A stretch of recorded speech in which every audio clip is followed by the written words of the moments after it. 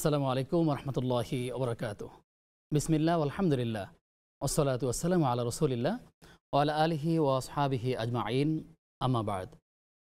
প্রিয় দর্শক শ্রোতা, আপনাদের প্রত্যেককে স্বাগত জানাচ্ছি নেক্সাস টেলিভিশনের সাপ্তাহিক আয়োজন ইসলামী জীবনবিধানের আজকের পর্বে। প্রিয় দর্শক, আজ আমরা আলোচনা করতে চাই অশ্লীলতার পরিণাম।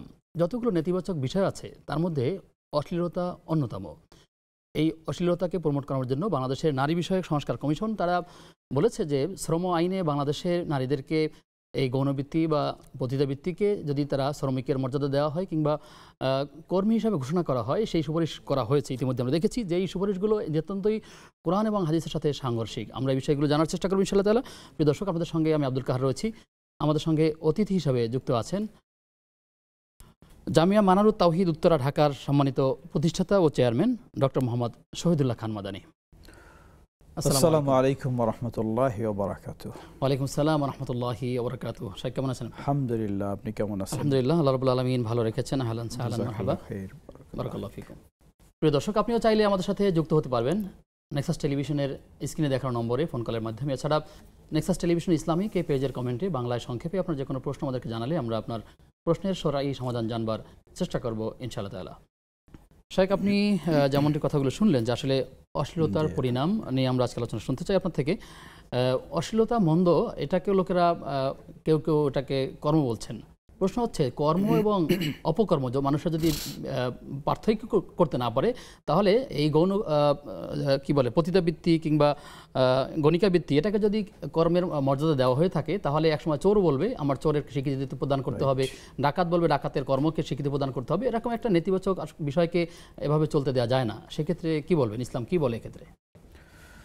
আলহামদুলিল্লাহ রাব্বিল আলামিন ওয়াসসালাতু ওয়াসসালামু আলা আবদিল্লাহি ওয়া রাসূলিহি নবিয়িনা মুহাম্মদ ওয়া আলা আলিহি ওয়া সাহবিহি আজমাইন, আম্মা বা'দ। ফাআউযু বিল্লাহি মিনাশ শাইতানির রাজীম।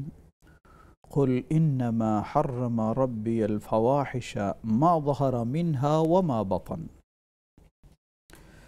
আলহামদুলিল্লাহ, আমরা আল্লাহ সুবহানাহু ওয়া তাআলার প্রশংসা জ্ঞাপন করছি যে আল্লাহ রাব্বুল আলামিন মানব জাতিকে সম্মানিত করেছেন আল্লাহর দেওয়া দিন, মনোনীত দিন ইসলামের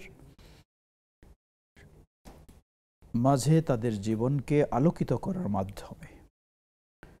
এই আল্লাহ সুবহানাহু ওয়া তাআলা যখন আমাদেরকে সম্মানিত করেছেন ইসলামের মাধ্যমে, সুতরাং এক বাক্যে আমাদেরকে মনে রাখতে হবে ইসলাম এমন একটি জীবন ব্যবস্থা, ইসলামে সেটাকেই অনুমোদন দেওয়া হয়েছে, বৈধ বলে স্বীকৃতি দেওয়া হয়েছে, করার জন্য নির্দেশ দেওয়া হয়েছে, যা মানব জাতির জন্য কল্যাণকর, যা মানব জাতির জন্য উপকারী, যা কখনোই দৃষ্টিকটু হতে পারে না।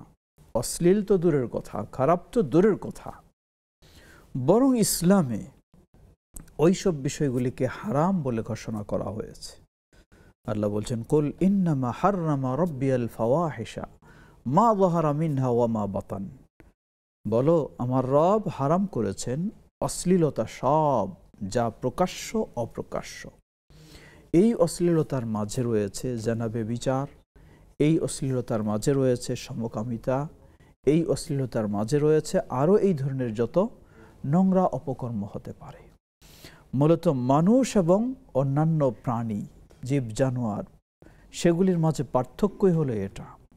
মানুষ তার মানবতা বজায় রাখবে, মানুষ তার সভ্যতা বজায় রাখবে, মানুষ তার ভদ্রতা বজায় রাখবে।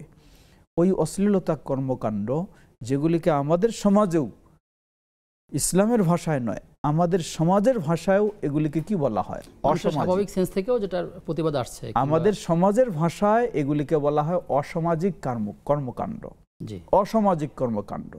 সামাজিকও বলা হয় না, এটা সমাজের ভাষায়, ইসলামের ভাষায় নয়। ইসলামের ভাষায় তো হারাম। সুতরাং যেটা সমাজের ভাষায়, সাধারণ মানুষের ভাষায় এটাকে অসামাজিক কর্মকাণ্ড বলা হয়, এটাকে কিভাবে বৈধতা দেওয়া যেতে পারে? কোনো সুস্থ মস্তিষ্ক সম্পন্ন ব্যক্তি এই অসামাজিক কর্মকাণ্ড, যেগুলি মানুষের জন্য ক্ষতিকারক, সমাজের জন্য ক্ষতিকারক, পরিবেশের জন্য ক্ষতিকারক, মানব সভ্যতার জন্য কলঙ্ক বয়ে নিয়ে আসবে, যেগুলি, এমন কাজগুলি কখনোই কোনো সুস্থ মস্তিষ্ক সম্পন্ন ব্যক্তি বৈধ বলতে পারে না। কেবল তারাই এগুলি বৈধতার জন্য সুপারিশ করতে পারে যারা এই নোংরা স্বভাবের মানুষ।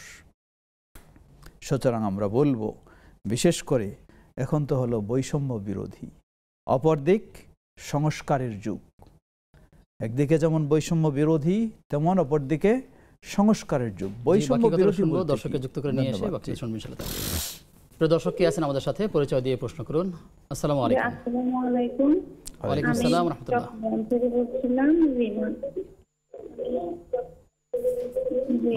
টেলিভিশনের ভলিউম কমিয়ে যদি আপনি প্রশ্ন করেন তাহলে আমরা ভালোভাবে শুনতে পাবো।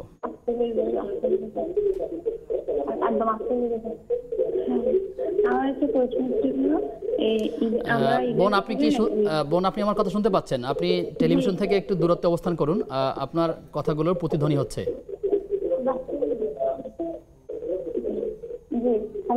জি, আপনি সেট থেকে একটু দূরে গিয়ে কথা বললে আমরা ভালো শুনতে পাবো।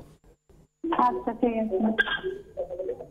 আমার একটু প্রশ্ন ছিল, আমরা যাদের শিশুরা আছে না, ঈদের পরে আমরা যে 6 রোজা রাখছি, 6 রোজা রাখার সময় তো ধরুন 3টা রোজা রাখতে পারছি, কিন্তু অসুস্থতার কারণে বাকি রোজা রাখতে পারি, তো এটা কি আমাদের কোনো গুনাহ হবে? প্রশ্ন তো ভালো শুনতে পাচ্ছি না বোন, আপনি আবার ট্রাই করুন। আপনার প্রশ্ন ভালো শুনতে পাইনি আমরা চেষ্টা করবো ইনশাআল্লাহ তাআলা আবার আপনাকে যুক্ত করতে ইনশাআল্লাহ তাআলা। আপনি ট্রাই করতে থাকুন। শেখ, আপনি যেটা বলছিলেন যে আসলে বর্তমান সময়ে আমরা বলছিলাম যে বর্তমান আমাদের এই সময়টা একটা হলো সংস্কারের যুগ। সংস্কার মানে কি? খারাপটাকে নিয়ে আসবেন, ভালোটাকে দূর করে, এটার নাম সংস্কার? এটা তো কোনোদিন হতে পারে না সংস্কার। সংস্কার হলো সব খারাপগুলিকে দূর করে ভালো নিয়ে আসবেন, অন্যায় দূর করে ন্যায় নিয়ে আসবেন, অভদ্রতা দূর করে ভদ্রতা নিয়ে আসবেন।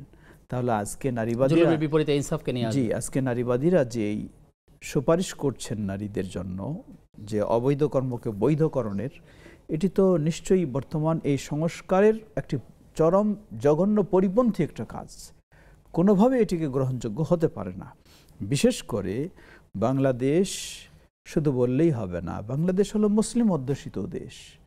মুসলিমরা এটাকে কখনো মেনে নেবে না, কখনো গ্রহণ করতে পারে না। সুতরাং এটিকে তীব্র আমরা নিন্দা জানাই, প্রতিবাদ জানাই। শুধু তীব্র নিন্দা প্রতিবাদেই নয়, যেভাবেই হোক এটাকে বন্ধ করতেই হবে অবশ্যই। যারা এই কাজের সাথে জড়িত তাদেরকে প্রতিষ্ঠা করতে চাইলে তাদের ব্যাপারে কি ভূমিকা নেওয়া উচিত বলে রাষ্ট্র মনে করেন, বা সামাজিক প্রতিষ্ঠানগুলো এগিয়ে আসতে পারে যাতে তাদের স্বাবলম্বী করা যায় কিংবা তাদেরকে কর্মসংস্থানের ব্যবস্থা করা যায়, সেক্ষেত্রে কি পরামর্শ? ধন্যবাদ। এটি আরেকটি গুরুত্বপূর্ণ বিষয় বলেছেন। মানুষ চুরির পথটাকে বেছে নেয় কেন? অনেক সময় অজ্ঞতা, অশিক্ষিত, মূর্খতার কারণেও অথবা কঠিন অভাব অনটনের কারণে মানুষ চুরির পথটাকে বেছে নেয়। তো ঠিক এই নোংরা পথটাকে কেন বেছে নিবে একজন মেয়ে মানুষ? কখনো তো নিতে পারে না। সেখানেও বলবো আমরা অনেক সময় অভাব অনটনের কারণেও অথবা ইচ্ছায় অনিচ্ছায় বাধ্য হয়েও এই কর্মকাণ্ডে জড়িয়ে যায়। আমাদেরকে তাদেরকে প্রতিষ্ঠিত করার জন্য কর্মসংস্থানের ব্যবস্থা করব আমরা, যেটা তারা উপকৃত হবে, তাদের পরিবার উপকৃত হবে, দেশ উপকৃত হবে। সুতরাং সেই পথকে আমরা বেছে নেব যেটি হলো আমাদের জন্য সভ্যতার সাথে মিল খায়, যেটি আমাদের আদর্শের সাথে মিল খায়, সেই চেষ্টা আমরা করব। ধন্যবাদ। দর্শক কে আছেন, পরিচয় দিয়ে প্রশ্ন করুন। আসসালামু আলাইকুম। হ্যাঁ, ওয়ালাইকুম আসসালাম। হুজুর আসসালামু আলাইকুম। টেলিভিশনের ভলিউম কমিয়ে আপনি প্রশ্ন করলে আমরা ভালো শুনতে পাবো। হ্যাঁ হুজুর, আমি লালমনিরহাট ভান্ডার থেকে বলছি, সাতক্ষীরা। জি হুজুর, মানুষ মারা গেলে ওর আত্মা কি প্রতি বৃহস্পতিবার করে বাসায় আসে? মা হোক বাবা হোক, এটাই প্রশ্ন আমার। আচ্ছা ঠিক আছে, আপনি থাকুন আমাদের সাথে, আমরা জানবো ইনশাআল্লাহ তাআলা। শেখ, আমাদের বোন যে প্রশ্নটি করলেন যে মানুষের মৃত্যুর পর আত্মা ঘুরে বেড়ায় কিনা বা আত্মা নির্দিষ্ট একটি দিনে আসে কিনা তার বাড়িতে। ধন্যবাদ। প্রশ্ন করেছেন আমাদের বোন যে মানুষ মারা গেলে বাবা মা আরও যেই কেউ হোক, সমাজে একটি কুসংস্কার বলা হয় প্রতি বৃহস্পতিবার তারা তাদের পরিবারের কাছে আসে। এটি একটি কুসংস্কার এবং ইসলাম বিরোধী কথা। কখনো আত্মা ঘুরে আসে না বা ঘুরে বেড়ায় না। এটি সম্পূর্ণ অমুসলিমদের তথা হিন্দুদের কুসংস্কার একটা। এটি মুসলিমদের আকীদা বিশ্বাস হতে পারে না। তাই এই ধরনের আকীদা বিশ্বাস আমরা বর্জন করব। আর মৃত ব্যক্তি যারা, সর্বদাই আমরা তাদের জন্য দোয়া এবং তাদের পক্ষ থেকে যদি সাধ্য সামর্থ্য অনুযায়ী দান সদকা, সেগুলি ভালো কাজ করব আমরা। কিন্তু এই আকীদা, এই বিশ্বাস পোষণ করব না যে তাদের আত্মা প্রতি বৃহস্পতিবার বা যে কোনো বার এসে বেড়ায়, ঘুরে বেড়ায়, দেখে খোঁজ খবর নেয় বা ইত্যাদি। এই আকীদা সঠিক নয়। জি, আল্লাহ তাআলা আমাদেরকে বাতিল আকীদা থেকে দূরে রাখার তৌফিক দান করুন। দর্শক আছেন, প্রিয় দর্শক কে আছেন, পরিচয় দিয়ে প্রশ্ন করুন। আসসালামু আলাইকুম। আমি ওয়ালাইকুম আসসালাম ওয়া রাহমাতুল্লাহ। আমার একটা প্রশ্ন ছিল। জি, এই আমরা রোজাতে 30 রোজা রাখি না, এই 30 রোজা রাখার পরে 6 রোজা রাখি। 6 রোজা রাখার সময় অনেকে তো দেখা যায় কি ধরুন 3টা রোজা রাখছি আর বাকি 3টা রাখতে পারছি না অসুস্থতার কারণে। তো এই ক্ষেত্রে কি আমাদের কোনো গুনাহ হবে? মানে একত্রে রাখা যায়নি তাই? হ্যাঁ, অসুস্থতার কারণে রাখতে পারেন। জি, বুঝছি। আপনি থাকুন আমাদের সাথে, আমরা জানবো ইনশাআল্লাহ তাআলা। শেখ, আমাদের বোন যে প্রশ্ন করলেন যে 6টা রোজা যদি সে ভেঙে রাখে দুইবারে বা এরকম যদি একবারে না রাখতে পারে, সেক্ষেত্রে কি গুনাহ হবে বা কিভাবে রাখা উচিত? ধন্যবাদ। যে আমরা বলবো, আল্লাহ রাসূল সাল্লাল্লাহু আলাইহি ওয়াসাল্লাম বলেন, মান সামা রমাদানা সুম্মা আতবাআহু সিত্তাম মিন শাওয়াল কানা কাসিয়ামিদ দাহর। যে ব্যক্তি রমাদানের সিয়াম রাখবে অতঃপর শাওয়াল মাসের মাঝে 6টি দিন সিয়াম রাখবে, তাহলে পূর্ণ 1 বছরের সওয়াব পাওয়া যাবে। হাদিসে এভাবেই বলা হয়েছে, কিন্তু হাদিসে বলা হয়নি যে এই 6টি একাধারে রাখতে হবে, এমন কোনো শর্ত দেওয়া হয় নাই। অতএব কেউ যদি একাধারে রাখতে পারে আলহামদুলিল্লাহ, যদি না রাখে ভেঙে ভেঙে রাখবে, একদিন একটা রাখলো, একদিন পর আরেকটা রাখবে, 2 দিন পর আরেকটা রাখবে, তাতে কোনো অসুবিধা নেই, সুস্থ থাকুক আর অসুস্থ থাকুক। অথবা যদি এমনও কারো হয়, হয়তো 3টা রেখেছে, এরপর তিনি অসুস্থ হয়ে গেছেন আর রাখতে পারেননি, মাসটাই শেষ হয়ে গেছে, কোনো অসুবিধা নেই। যতটুকু পেরেছেন নফল ততটুকু সওয়াব পাবেন, হয়তো পূর্ণ সওয়াব তিনি পাবেন না, কিন্তু এই 6টি ছুটে গেলে কোনো গুনাহ হবে না। শেখ, সম্পূর্ণ প্রশ্ন হচ্ছে যে এই 6টি রোজা আর আগে যদি কারো ভাঙতি রোজা থাকে ফরজ রোজার, সেটি পূর্ণ করে কি এই 6টি রোজা রাখতে হবে নাকি? ধন্যবাদ। হাদিসের ভাষা বলে, আল্লাহ রাসূল সাল্লাল্লাহু আলাইহি ওয়াসাল্লাম বলেন, যে রমাদানের সিয়াম পালন করবে অতঃপর 6টি শাওয়ালের সিয়াম রাখবে।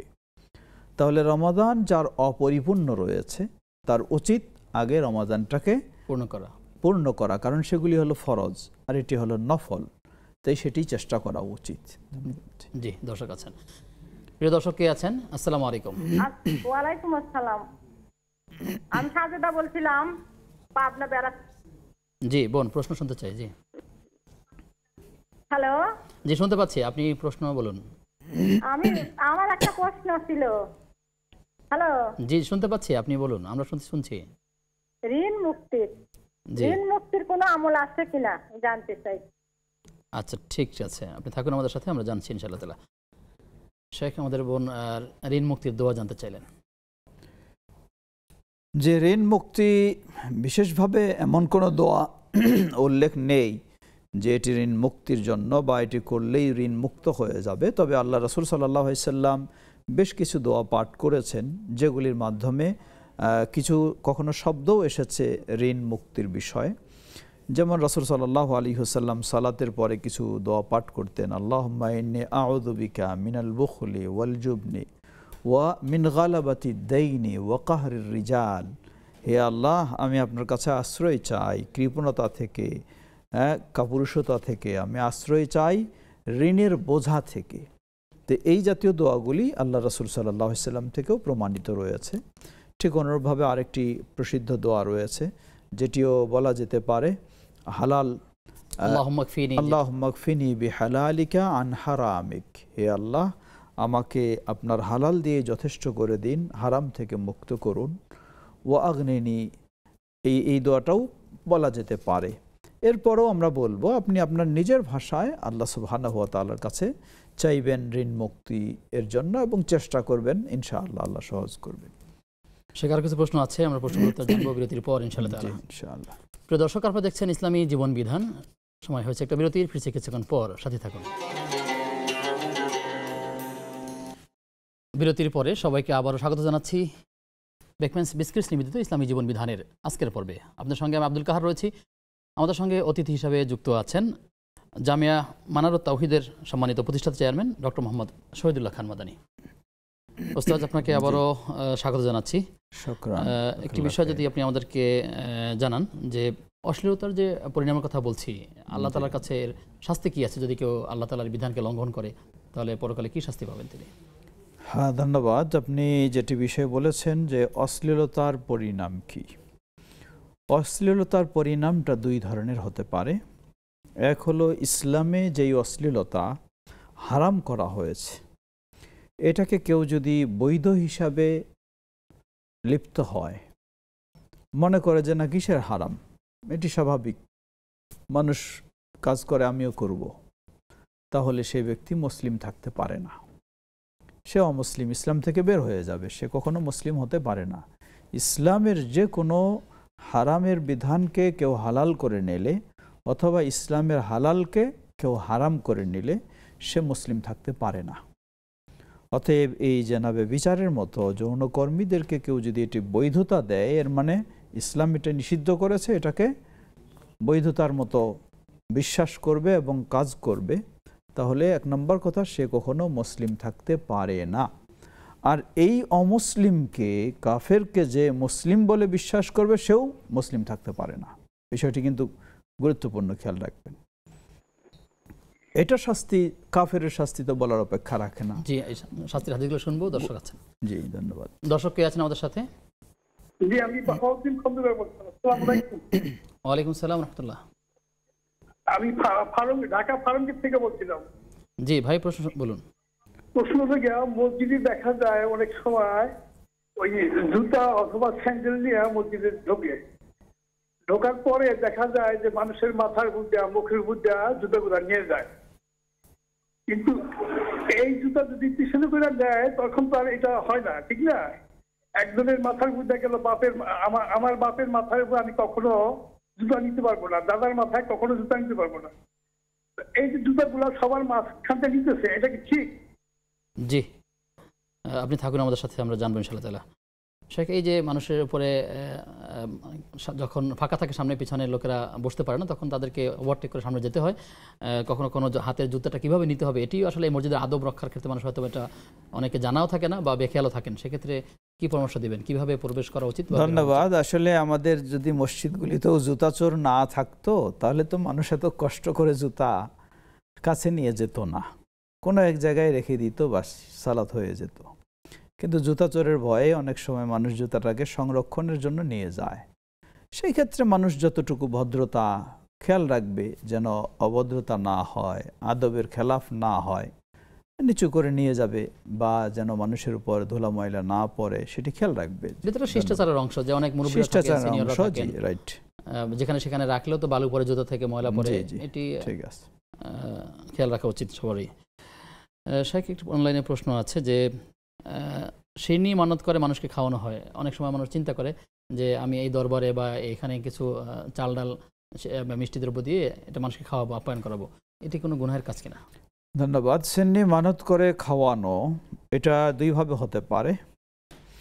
যদি কেউ মানত করে যে আমাকে আল্লাহ রাব্বুল আলামিন এই বিপদ থেকে মুক্ত করলে আমি আমার প্রতিবেশী অসহায় দরিদ্রদেরকে সিন্নি বা গোস্ত ভাত বা যাই কিছু হোক আমি রান্না করে খাওয়াবো, এই ধরনের মানত করলে এটি শরীয়ত সম্মত, তা পূরণ করবে, অসুবিধা নেই। কিন্তু কেউ যদি মানত করে যে আমার এই ফল হলে বা এই সফলতা পেলে আমি অমুক মাজারে গিয়ে সেখানে মানত করব, সেখানে কিছু খাওয়াবো, খাদ্য দিব বা সেন্নি দিব বা আরও কিছু দিব, তাহলে বলবো এটি হারাম, এটি শিরক। কারণ এই মানত কখনো পূরণ করাও বৈধ নয়। কারণ মাজারে যে মৃত মানুষ রয়েছে সে তো খাবে না, কারো খাওয়ার বিষয় নেই, বরং এইভাবে সেখানে নিয়ে যাওয়ার কারণে কেউ বলবে সেখানে তো ফকির মিসকিনরা খায়। জবাব, ফকির মিসকিন খায় ঠিক আছে, কিন্তু ফকির মিসকিনরা সেখানে কি করে? কবরের কাছে কেন যাবে? সেখানে গিয়ে সবাই ওই কবরের মৃত ব্যক্তিটার কাছে মাথা নত করে, তার কাছে কান্নাকাটি করে, যার ফলে এটি হলো ইসলামের সবচেয়ে বড় অন্যায়, শিরক। আপনি শিরকে লিপ্ত হওয়ার একটা পথ খুলে দিলেন। এই জন্য আমরা বলবো কেউ যদি নিজের প্রতিবেশী অসহায় দরিদ্রদেরকে খাওয়ানোর জন্য মানত করে, অসুবিধা নাই, করতে পারে। কিন্তু এই ধরনের কোনো মাজার, কবর বা ইত্যাদি কেন্দ্রিক যদি কেউ করে থাকে এটি অবশ্যই হারাম এবং শিরকের কাজে নিজেও লিপ্ত হবে, মানুষকেও শিরকে লিপ্ত করার মতো পথ খুলে দেবে, এটি চরম জঘন্য অপরাধ হবে। আল্লাহ তাআলা আমাদেরকে শিরক এবং বিদআত থেকে দূরে থাকার তৌফিক দান করুন। দর্শক আছেন। দর্শক কে আছেন? আসসালামু আলাইকুম। হ্যালো, আসসালামু আলাইকুম। সালাম। ওয়ালাইকুম আসসালাম ওয়া রাহমাতুল্লাহ। হুজুর, আমার একটা প্রশ্ন। আমি একজন অসুস্থ মানুষ, বুঝছেন। আমি আগে তাহাজ্জুদ করতাম, কিন্তু একটু ভয় পেয়ে আমি এখন আর তাহাজ্জুদ করতে পারি না। তো আমি এমনি অসুস্থ, উঠতে পারি না, ঘুমের ওষুধ খেয়ে ঘুমাইতে হয়। তো আমি এশার নামাজের পরে কিছু তাহাজ্জুদ করি, এমনকি ভালো লাগলে আমি 12 রাকাত নামাজও করি। এতে কি আমি তাহাজ্জুদের সওয়াব পাবো? এটাই আমার প্রশ্ন। ঠিক আছে, ইনশাআল্লাহ তাহলে বোন থাকুন আমাদের সাথে। আসসালামু আলাইকুম। ওয়ালাইকুম আসসালাম ওয়া রাহমাতুল্লাহ। শাইখ, আপনি প্রশ্ন পেয়েছেন যে জি। তিনি এশা নামাজের পরপরই যদি নফল 12 রাকাত পড়ে নেন প্রশ্ন। তাহলে তিনি তাহাজ্জুদের সওয়াব পাবেন কিনা? প্রথমে আমরা দোয়া করি যে বোন প্রশ্ন করলেন, আল্লাহ তাকে পূর্ণ সুস্থতা দান করুন। আমিন। অতঃপর প্রশ্নের জবাবে আমরা বলবো, মূলত তাহাজ্জুদ সালাতের সময় হলো এশার সালাতের পর থেকে ফজরের সময় হওয়া পর্যন্ত। এই গোটা সময়টাই হলো তাহাজ্জুদ সালাতের সময়। উত্তম সময় হলো শেষ রাতে, এটি হলো উত্তম সময়। সুতরাং কেউ যদি এশার সালাত পড়ার পরেও তাহাজ্জুদের সালাত পড়ে ঘুমায়, ইনশাআল্লাহ সেটি তাহাজ্জুদ বলেই গণ্য হবে, কোনো অসুবিধা নেই, তিনি তাহাজ্জুদের সওয়াব পাবেন অবশ্যই ইনশাআল্লাহ। জি। প্রশ্ন করেছেন খায়রুল ইসলাম। তিনি জানতে চাচ্ছেন যে পাশের মুসল্লি যদি আমার তেলাওয়াত শুনতে পায় নামাজের মধ্যে, তার সুন্নত নামাজে, যদি এরকম আমি আওয়াজে কেরাত পড়ি, তাহলে আমার নামাজে কোনো ক্ষতি হবে কিনা? একটু আওয়াজ করে তিনি পড়তে চান। সুন্নত সালাত যেগুলি, সেগুলি তো নীরবে পড়াটাই হলো নিয়ম, আওয়াজের সাথে নয়। বিশেষ করে আপনার পার্শ্বে যদি মুসল্লি থাকে আর আপনার এই আওয়াজে তার জন্য কষ্ট হয়, বিরক্তবোধ হবে, এটাই স্বাভাবিক, তাহলে এটি কখনোই ঠিক হবে না। তাই নীরবেই আপনি পড়বেন। এমনকি ফরজ সালাতেও কেউ যদি জামাতে পড়ে, সেখানেও নীরবেই পড়বে, মুক্তাদিরা যারা থাকবে। অতএব বলবো আমরা, যে ভাই প্রশ্ন করেছেন আপনি নীরবে পড়বেন ইনশাআল্লাহ তাআলা। আর ভাই প্রশ্ন করেছেন যে গোসল করার পরপরই ওযু করতে হবে কিনা, এটা জরুরি কিনা? গোসল করার পরে ওযু করতে হবে কি না, যদি কেউ চায় গোসল করেই তিনি সালাতে যাবেন, আর গোসলের মধ্যে তার কোনো ওযু হয়নি, গোসলের শুরু করার পূর্বেও তিনি ওযু করেন নাই, অথবা করেছেন কিন্তু গোসলের মধ্যে তার ওযু ভঙ্গের কারণ ঘটে গেছে, তাহলে অবশ্যই তিনি ওযু করবেন এবং সালাতে যাবেন। আর যদি সালাতের উদ্দেশ্য না থাকে, নরমালি পরিচ্ছন্ন হওয়ার জন্য কেউ গোসল করে, তাহলে তো ওযু জরুরি নয়। জি। দর্শক আছেন, প্রিয় দর্শক কে আছেন আমাদের সাথে? আসসালামু আলাইকুম। ওয়ালাইকুম আসসালাম। জি, আমার দুইটা প্রশ্ন। প্রথম প্রশ্ন হইল, আমরা যে ফজর এবং মাগরিব নামাজের পরে তিনবার করে পড়ি, তারপরে মুখে হাতে ফু দিয়ে মুখ মাসে করি, শরীর মাসে করি, এটা কি 3বার কুলওয়াল্লাহ পরে একবার ফু দিব, নাকি সব 9 বার শেষ করে দিব? এটা এই একটা প্রশ্ন। আর একটা প্রশ্ন হলো, গত 2 বছর আগে এই দিন আমার ছেলে মারা গেছে। আমি কি করলে আমার ছেলে অপারেশন দিতে পারবে? বোন, আপনি আবেগতাড়িত হয়ে পড়েছেন, আপনি যদি এই বিষয়টিকে একটু ক্লিয়ার করেন আরো। যে আমার ছেলে গত 2 বছর আগে ঠিক এই আজকের এই দিনে মারা গেছে। 40 বছর বয়স ছেলে ছিল। এখন ওর জন্য আমি কি করলে মানে ও কবরে শান্তি থাকবে, ওর কবর আযাব মাফ হবে, ওর গুনাহ মাফ হবে, আমি কি করলে বা কি করলে? জি, আমরা বুঝতে পেরেছি, আপনি থাকবেন আমাদের সাথে। শেখ, আমাদের বোন কান্না ভেঙে পড়েছেন তার সন্তানের জন্য, দোয়া চেয়েছেন। কি দোয়া করা যেতে পারে? তার সন্তান দুনিয়া থেকে চলে গেছেন, সেক্ষেত্রে মা হিসেবে তার অনেক কষ্ট আছে, এরকম আরো অনেক পরিবার, অনেক মায়েরা আছেন, কি দোয়া করবেন তাদের জন্য? প্রথম হলো, তিনি 2টি প্রশ্ন করেছেন। দ্বিতীয় প্রশ্নটি ছিল, ওনার বছর 2 আগে এই দিনেই সন্তান মারা গেছেন। মা হিসাবে সবচেয়ে বেশি কষ্ট পাবে, এটাই স্বাভাবিক। সুতরাং সন্তানের জন্য তিনি কি করতে পারেন? জবাব, আপনি মা হিসাবে সন্তানের জন্য সব সময় দোয়া করবেন, কোনো আনুষ্ঠানিকতার প্রয়োজন নেই। এমনি সকাল, সন্ধ্যা, রাত, দিন যখন হয় সকলে আপনি তার ক্ষমার জন্য দোয়া করবেন। দ্বিতীয়, সাধ্য সামর্থ্য থাকলে তার পক্ষ থেকে ভালোভাবে ভালো জায়গায় দান সদকাও করতে পারেন, এগুলি হচ্ছে তার পক্ষ থেকে করা। তৃতীয়, আপনি আল্লাহর কাছে সাহায্য চাইবেন, ধৈর্য ধারণ করবেন, বেশি কষ্ট অনুভব করবে, কষ্ট আসবে, এটাই স্বাভাবিক, কিন্তু আল্লাহ সুবহানাহু ওয়া তাআলার সিদ্ধান্ত বা ফয়সালাকে মেনে নিতে হবে, সেই অনুযায়ী আপনি ধৈর্য ধারণ করবেন, এতেও ইনশাআল্লাহ আপনি সওয়াব লাভ করবেন। ইনশাআল্লাহ তাআলা। আর আমরা দোয়া করি আল্লাহ আপনাকেও ধৈর্য ধারণ করার তৌফিক দান করুন এবং আপনার সন্তানকে আল্লাহ ভুল ত্রুটি ক্ষমা করে জান্নাত নসিব করুন। দ্বিতীয় প্রশ্ন করেছিলেন, জি তিনি প্রশ্ন করেছিলেন ফজর এবং মাগরিবের পরে তিনি 3 কুল যে পড়েন এটি আসলে মূলত কয়বার করে পড়বেন? না, তিনি প্রশ্নটি করেছিলেন যে ফজর এবং মাগরিবের পরে 3 বার করে তো সূরা ইখলাস, সূরা ফালাক, সূরা নাস পাঠ করেন, কিন্তু 9 বার পাঠ করে কি 9 বারেই ফু দিয়ে শরীরে হাত বোলাতে হবে না 3 বার বোলালেই চলবে? জবাব, আসলে হাদিসে পাঠ করার কথা এসেছে, ফু দেওয়ারও কথা আসেনি, শরীরে হাত বোলার কথাও আসেনি। তাই নিয়ম নয় যে হাত বোলানো। তাই আমরা বলবো আল্লাহ রাসূল সাল্লাল্লাহু আলাইহি ওয়াসাল্লামের সুন্নাহ অনুযায়ী ফজর সালাতের পরেও আপনি প্রতিটি সূরা 3 বার করে পাঠ করবেন, মাগরিবের পরেও 3 বার করে পাঠ করবেন। পাঠ করলেই যথেষ্ট, এটাই নিয়ম। এরপরে ফু দেওয়ারও কোনো প্রয়োজন নেই এবং শরীরে হাত বোলানোর কোনো প্রয়োজন নেই। শরীরে হাত বোলানোর যেটা নিয়ম পাওয়া যায় সেটি হচ্ছে শোয়ার সময়। আল্লাহ রাসূল সাল্লাল্লাহু আলাইহি ওয়াসাল্লাম, যেটি সহিহুল বুখারীর হাদিসে এসেছে, উম্মুল মুমিনিন আয়েশা রাদিয়াল্লাহু আনহা বলেন, তিনি হাত দুটো এইভাবে করতেন, করে হালকা 3 বার থু করে দিতেন। দেওয়ার পরে সূরা ইখলাস, সূরা ফালাক, সূরা নাস পাঠ করে তিনি তার শরীরটাকে মুছে নিতেন যতটুকু পারেন। আবার আরেকবার করতেন, আবার আরেকবার, এইভাবে করতেন। তো শরীরে হাত মোছা ঘুমানোর আগে বোলানোর, সেটি হচ্ছে ঘুমানোর আগে, এটি সুন্নাহ। কিন্তু 5 ওয়াক্ত সালাতের পরে আমরা কাউকেও দেখি করতে, এটি নিয়ম নয়, শুধু পাঠ করার এই নিয়ম। ধন্যবাদ। জি, দর্শক কে আছেন আমাদের সাথে? আসসালামু আলাইকুম। দুঃখিত, সংযোগটি বিচ্ছিন্ন হয়ে গেছে। প্রিয় দর্শক, আপনারা দেখছিলেন বেকম্যানস বিসকিটস নিবেদিত ইসলামী জীবন বিধানের আজকের পর্ব। সময় হয়েছে আবার একটা বিরতির, কিছুক্ষণ পর সাথে থাকুন। বিরতির পরে সবাইকে আবার আমন্ত্রণ জানাচ্ছি নেক্সাস টেলিভিশনের প্রতিদিনকার আয়োজন বেকম্যানস বিসকিটস নিবেদিত ইসলামী জীবন বিধানের আজকের পর্বে। আপনাদের সঙ্গে আব্দুল কাহার রয়েছি। আমাদের সঙ্গে অতিথি হিসেবে যুক্ত আছেন ডক্টর মোহাম্মদ শহীদুল্লাহ খান মাদানী। ওস্তাদ আমাদেরকে একজন প্রশ্ন করেছেন যে আসরের নামাজের পরে জানাজার সালাত পড়া যাবে কিনা।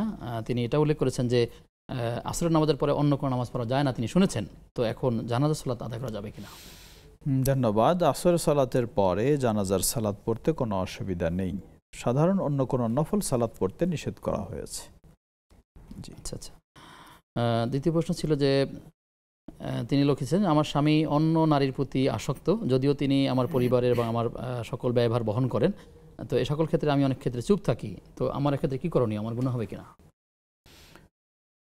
আমরা এটা অত্যন্ত দুঃখ প্রকাশ করছি এই ধরনের আচরণের কারণে। আজকে হয়তো আমাদের বোন, যেহেতু তার ব্যয়ভার বহন করেন স্বামী, এজন্য চুপ থাকেন বা নীরব থাকেন, কিন্তু আল্লাহ না করুক হতে পারে ইবলিস তাকে এই অপকর্মে এমনভাবে জড়িয়ে দেবে যার ফলে একদিন আপনার স্বামী আপনাকে দেখতে পারবে না, আপনাকে পছন্দ করবে না, আপনাকে ঘরে থাকতে দেবে না, আপনার জন্য ব্যয়ভার বহন করাও বন্ধ করে দেবে। তখন আপনি অনেক বিপদে পড়বেন। তো এই জন্য আমরা বলবো, প্রথম আপনি আল্লাহর কাছে তার হেদায়েতের জন্য দোয়া করুন। দ্বিতীয়, যত সম্ভব কৌশল করা যায়, অবলম্বন করা যায়, অভিভাবকদের সহযোগিতাও নিয়ে তাকে এই খারাপ কাজ থেকে বিরত রাখার ব্যবস্থা করুন। আল্লাহ তৌফিক দান করুন। আমিন। প্রিয় দর্শক কে আছেন আমাদের সাথে? আসসালামু আলাইকুম। ওয়ালাইকুম আসসালাম। আমি জমিরুল ইসলাম।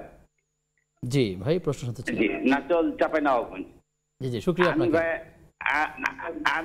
আমি একটু এই বিদআত সম্পর্কে জানতে চাই। বুঝছেন, আমাদের এখানে একটা জুমা মসজিদ আছে, সেই জুমা মসজিদে এই 2টা পিলার আছে। তো পিলারের মিডিল পয়েন্টে আপনার আছে আল্লাহ মুহাম্মদ লেখা।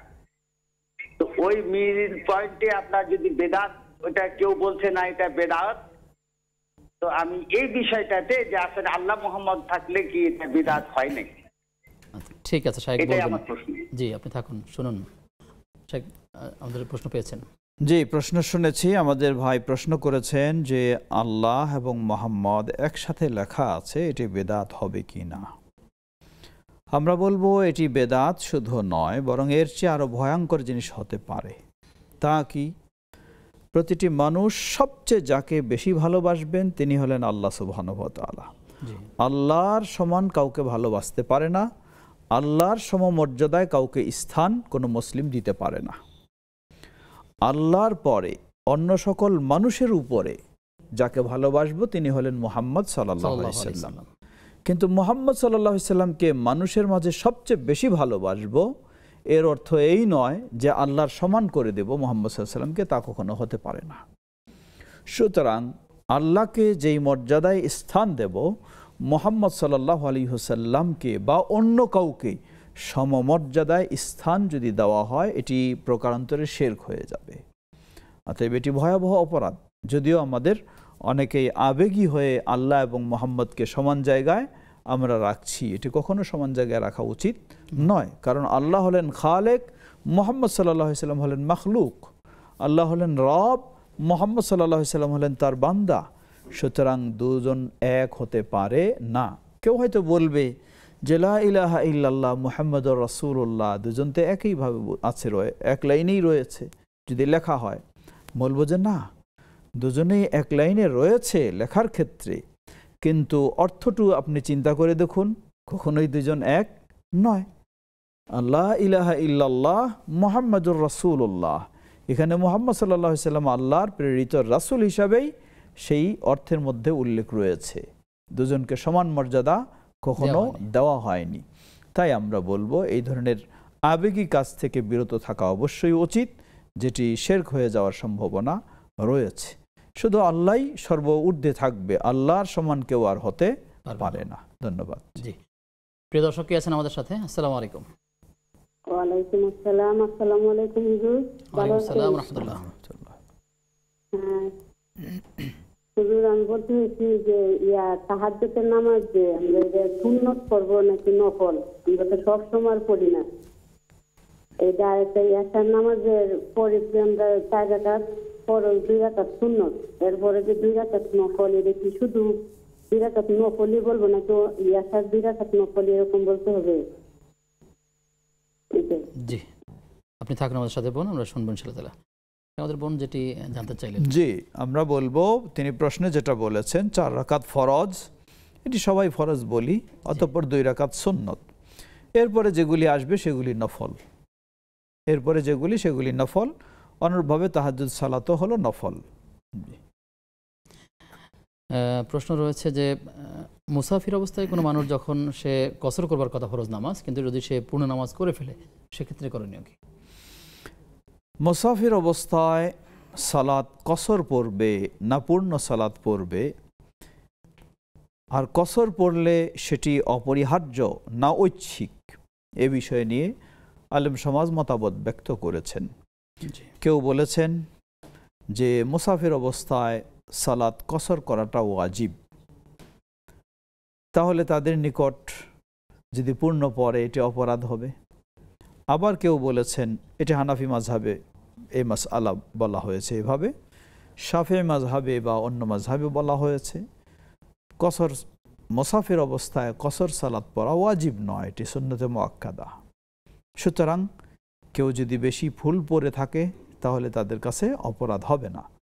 মূলত আল্লাহ সুবহানাহু ওয়া তাআলা কোরআনুল কারীমে সফরে কসর করার যে কথা বলেছেন, সেখানে বলেছেন ফালা জুনাহা আলাইহি, কসর করলে কোনো অপরাধ হবে না।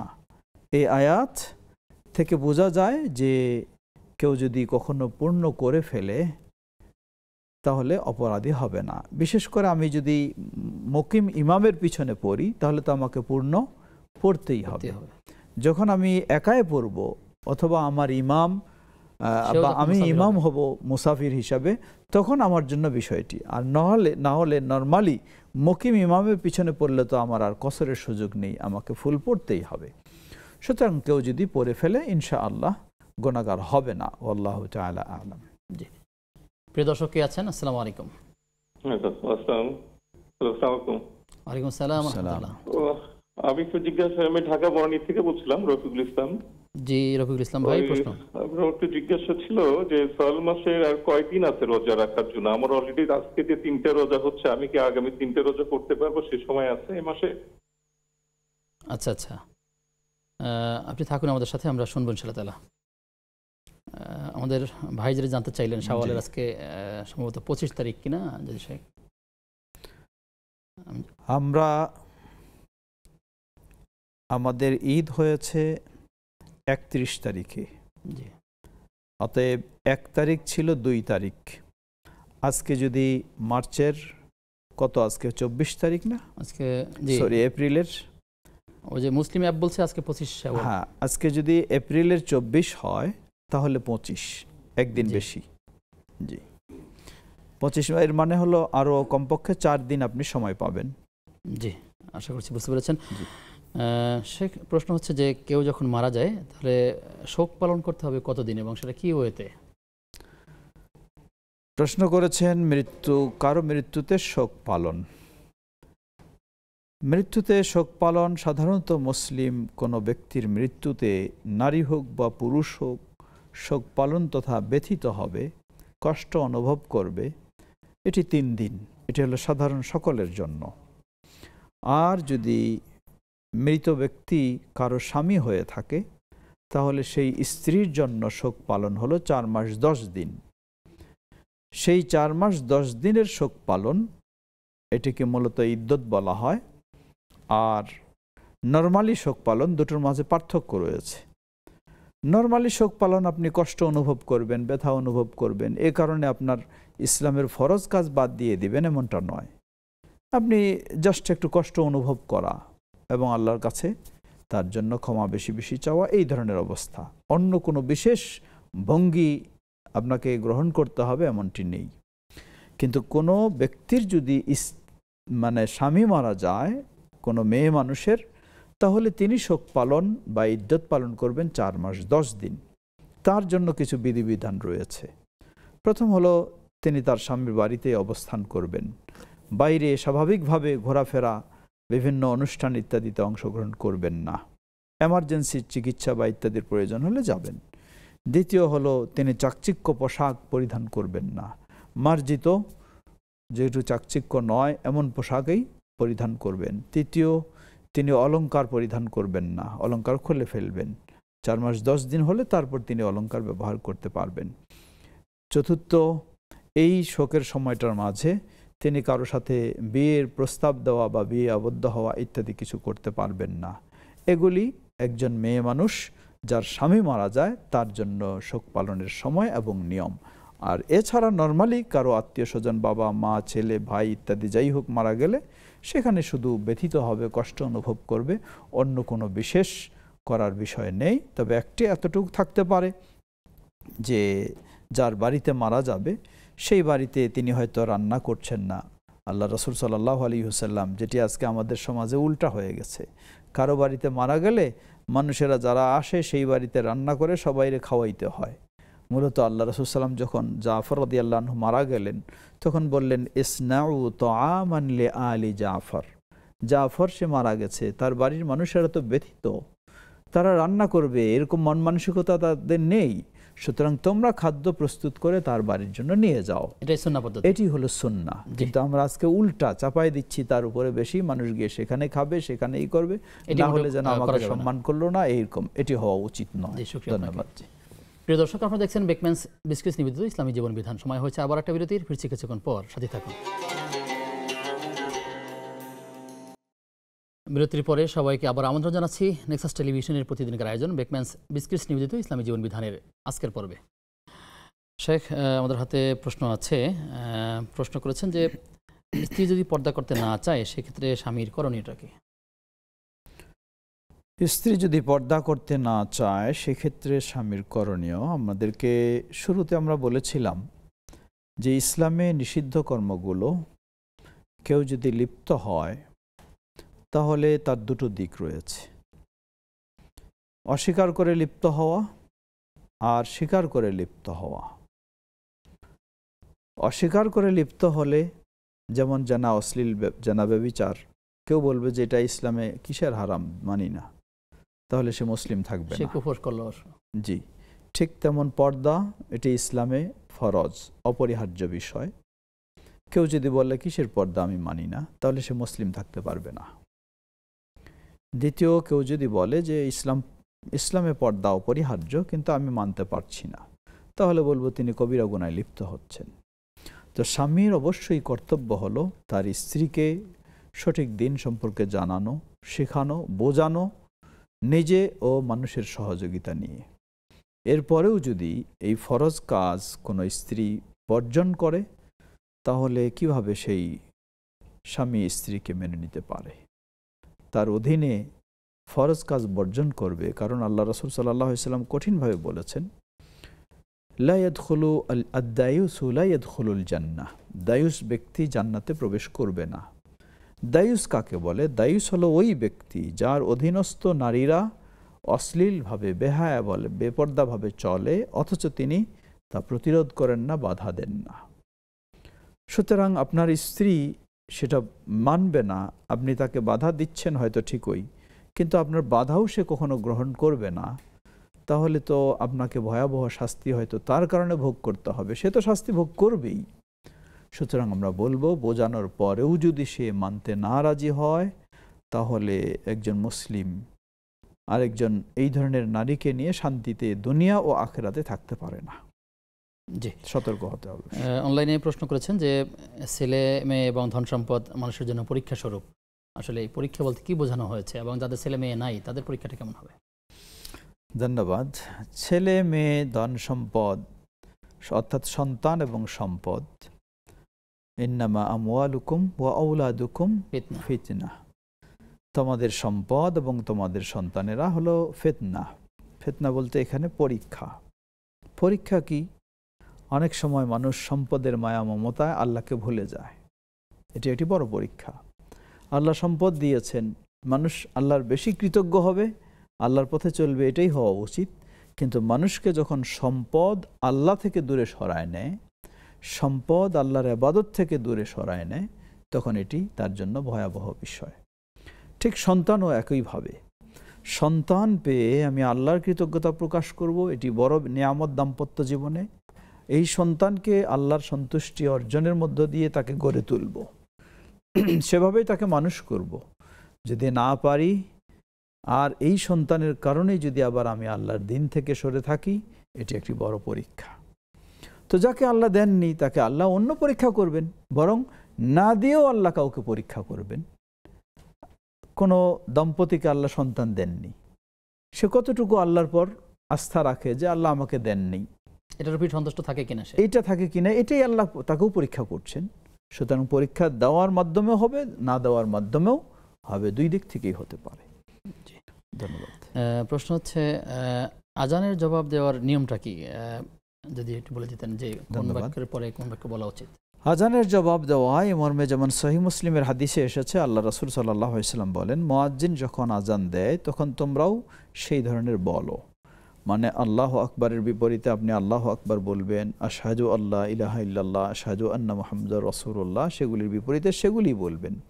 আর হাইয়া আলাস সালাহ, হাইয়া আলাল ফালাহ, এর জবাবে বলবেন লা হাওলা ওয়ালা কুওয়াতা ইল্লা বিল্লাহ, এটা বলতে হবে। এরপরে আবার আল্লাহু আকবার এবং লা ইলাহা ইল্লাল্লাহ এর বিপরীতে সেটাই জবাব দিবে। রাসূল সাল্লাল্লাহু আলাইহি ওয়াসাল্লাম বলছেন, কেউ যদি এভাবে জবাব দেয় অতঃপর আমার উপরে দরুদ পেশ করে, দরুদ আল্লাহুম্মা সাল্লি আলা মুহাম্মদ, অতঃপর আমার জন্য ওসিলার দোয়া পাঠ করে, আল্লাহুম্মা রাব্বা হাযিহি দাওয়াতি তাম্মা হাল্লাত লাহু শাফাআতি ইয়াউমাল কিয়ামাহ, তাহলে কিয়ামতে তার জন্য আমার সুপারিশ অপরিহার্য হয়ে যায়। সুবহানাল্লাহ, এটি বিশাল মর্যাদা। জি, সেখানে আমরা খুব শেষে চলে এসেছি। যে বিষয়ে আপনার থেকে কথা শুনবো সর্বশেষ, অশ্লীলতার পরিণাম।